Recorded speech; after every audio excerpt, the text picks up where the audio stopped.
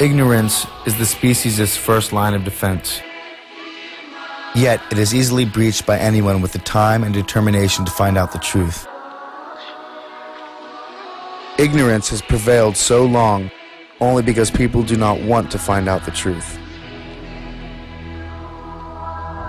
"Don't tell me, you'll spoil my dinner," is the usual reply to any attempt to tell someone just how that dinner was produced. Even people who are aware that the traditional family farm has been taken over by big business interests, that the clothes come from slaughtered cows, that their entertainment means the suffering and death of millions of animals, and that some questionable experiments go on in laboratories, still cling to a vague belief that conditions cannot be too bad, or else the government or the animal welfare societies would have done something about it. But it is not the inability to find out what is going on, as much as a desire not to know about facts that may lie heavy on one's conscience, that is responsible for this lack of awareness. After all, the victims of whatever it is that goes on in all these awful places are not members of one's own group.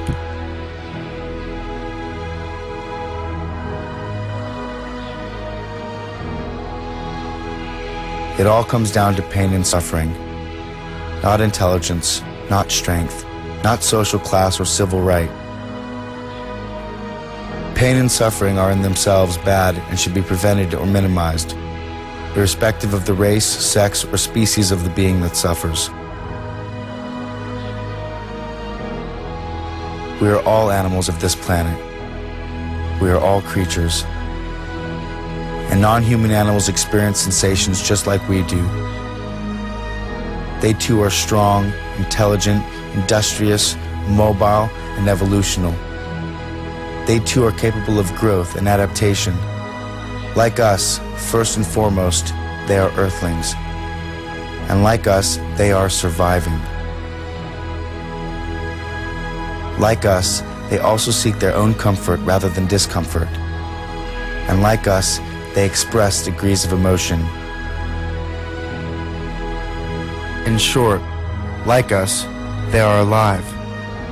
Most of them being, in fact, vertebrae, just like us.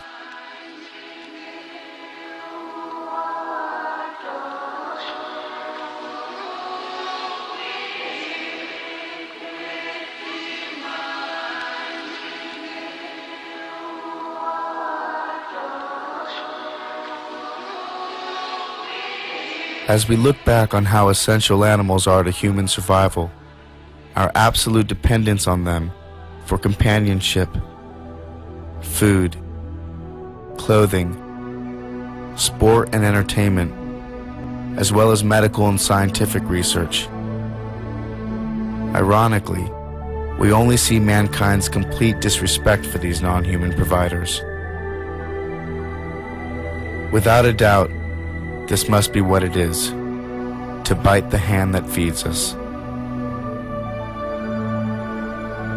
In fact, we've actually stomped and spit on it. Now we are faced with the inevitable aftermath. This is evident in health reports due to our over-excessive consumption of animals. Cancer, heart disease, osteoporosis, strokes, kidney stones, anemia, diabetes, and more. Even our food has now been affected, and at its very source. With antibiotics used to promote weight gain in animals who can't gain weight under the stressful, overcrowded living conditions in factory farms. With the overuse of pesticides and insecticides, or artificial hormones designed to increase milk production, litter size, and frequency. With artificial colors, herbicides, larvicides, synthetic fertilizers, tranquilizers, growth and appetite stimulants. It's no wonder that mad cow disease, foot and mouth disease, physteria, and a host of other animal-related abnormalities have been unleashed on the human public. Nature is not responsible for these actions. We are.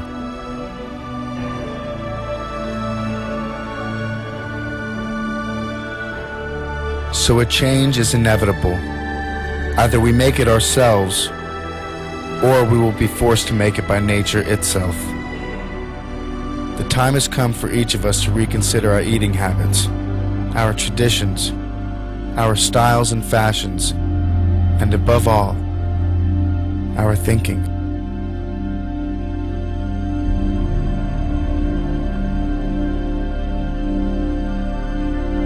So if there's any truth to the age-old saying, what goes around comes around, then what do they get for their pain? Do we even give it a second thought? If what goes around comes around, what do they get for their pain?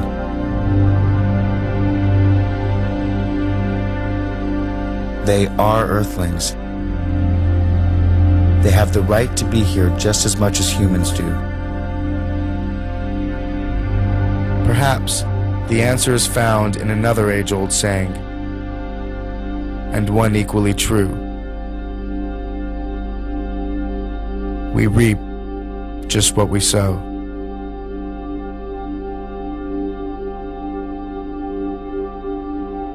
So of course animals feel, and of course they experience pain.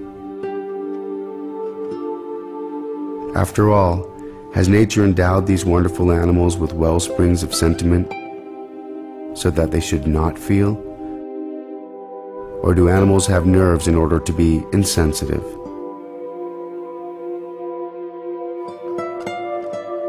Reason demands a better answer. But one thing is absolutely certain.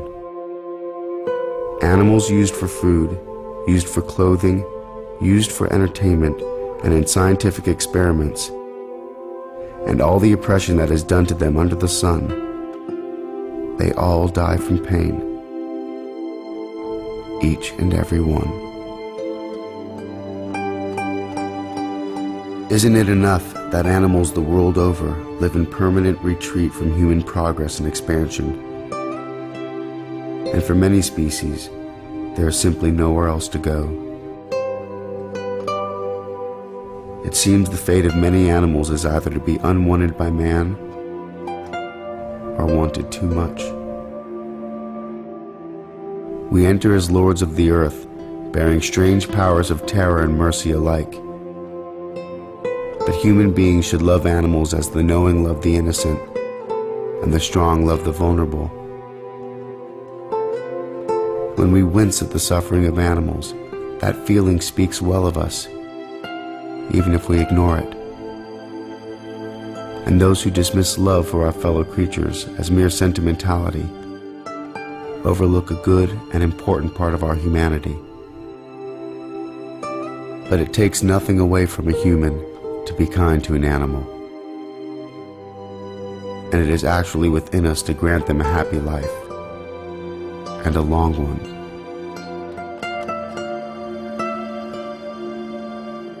On the heath, King Lear asked Gloucester, "How do you see the world?" And Gloucester, who is blind, answered, "I see it feelingly. I see it feelingly." Three primary life forces exist on this planet: nature,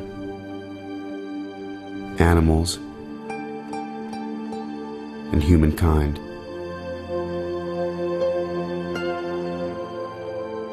We are the earthlings. Make the connection.